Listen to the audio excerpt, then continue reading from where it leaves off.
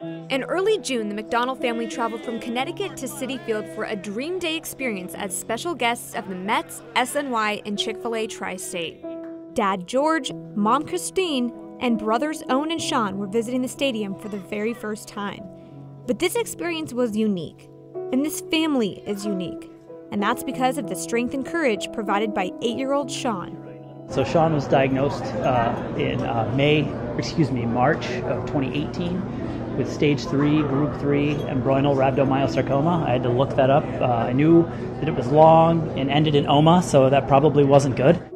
Sean began his fight against the rare form of cancer at just 3 years old, undergoing 42 consecutive weeks of chemotherapy at the Dana-Farber Cancer Institute in Boston. Sean was declared to be in remission until a routine checkup a year later said otherwise. You couldn't tell by looking at him that there was anything wrong, and that was where we got the worst news of all, that the cancer had returned and that there was almost no possibility that he would survive. Our goal, knowing sort of what the odds were, was to do the best we could, but really at the end of the day, give him the best life we possibly could, give him the best quality of life we possibly could, for as long as we possibly could, and we've been doing that.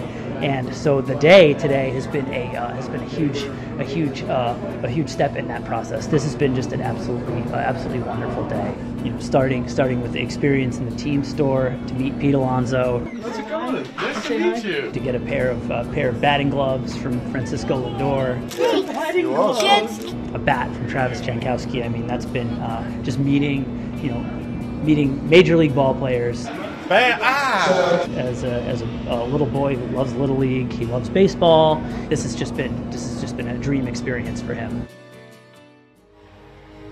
The Mets wanted to make Sean's dream day a reality.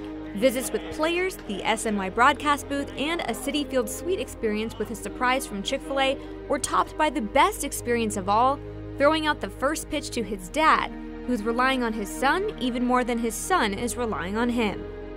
His courage and his strength, almost in a way like he's been protecting us, as a 7-8-year-old boy, protecting us from what's been happening to him. Even talking about the unimaginable with him, because he's fully aware of what's happening. His courage. Really, it's been him and his brother and each other we've had to be strong for, and it's not just putting on the brave face. It's we can have moments with each other where we cry hysterically, or with his doctors where we cry hysterically, and then as soon as we're with it's game face, it's game time, and we take a deep breath and we go. So that's how we've been doing it.